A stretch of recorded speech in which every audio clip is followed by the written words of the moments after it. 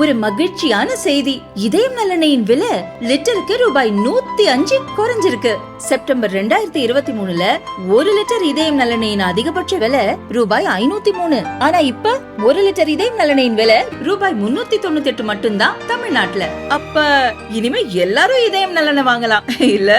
2 spoon போதும். Lion date syrup. இதுல iron, fibre, vitamins, நோய் எதிர்ப்பு சக்தி அதிகமா இருக்கு. Lion date syrup. வட மாநிலங்களில் இப்போது ஒரு சினிமா அரசியலில் பரபரப்பை ஏற்படுத்தியுள்ளது. பாரதிய ஜனதா எம்பியும் நடிகையுமான கங்கனா ரணாவத்தின் எமர்ஜென்சி திரைப்படம்தான் அது. இதில் முன்னாள் பிரதமர் இந்திரா வேடத்தில் நடித்துள்ளார் கங்கனா.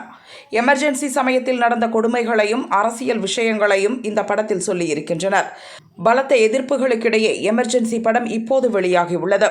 அரசியல் தலைவர்கள் வேடங்களை ஏற்று நடிப்பதில் வல்லவர் கங்கனா. பாரதிய ஜனதா ஆளும் மாநிலங்கள் எமர்ஜென்சி திரைப்படத்துக்கு வரி விலக்கு அளித்துள்ளன. எமர்ஜென்சியின் போது நடந்த அட்டூழியங்களை பாரதிய ஜனதாவினர் அடிக்கடி மக்களுக்கு நினைவுபடுத்தி காங்கிரஸை கடுப்பேற்றி வருகின்றனர். ஒடிசா மாநில பாரதிய ஜனதா முதல்வர் மோகன் சரண் மாஜி ஒருபடி மேலே போய் இந்த அவசர சட்ட காலத்தின் போது சிறையில் இருந்த 700 பேருக்கு பென்ஷனை அறிவித்து விட்டார். எமர்ஜென்சி பட விவகாரம் விஸ்வரூபம் எடுத்துள்ள நிலையில் இந்திராவை அடுத்து சோனியா வேடத்தில் கங்கனா நடிக்கப் போவதாக செய்திகள் அடிபடுகின்றன.